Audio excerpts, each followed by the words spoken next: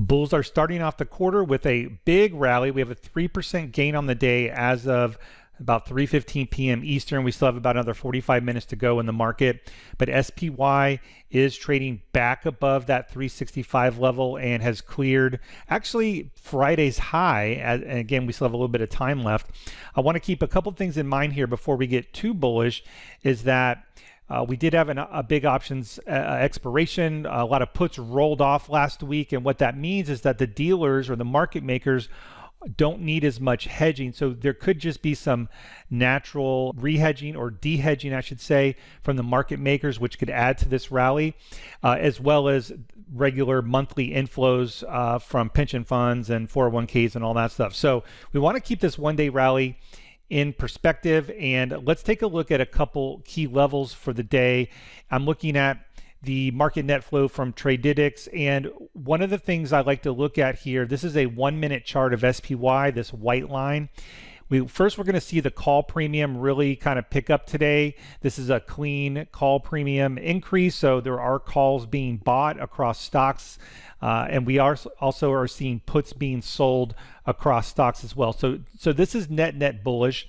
So again, we have a couple factors here that are pushing the market higher. But what I want to pay attention to are these gamma levels, which are these dotted lines.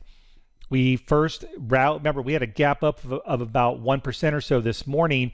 We rallied up to this first gamma level and kind of chopped around there most of the day, but we were able to clear it, and now we are pushing higher. But we are approaching the next couple of gamma levels, which is at 370 and about 371 on SPY, and we'll take a look at that on the chart in a minute. And then way up here we have 375. So there are definitely some resistance levels to be had. If we take a look at the chart, we can see the 371, 372, that is going to coincide with this little congestion zone. That was sort of resistance that we saw last week.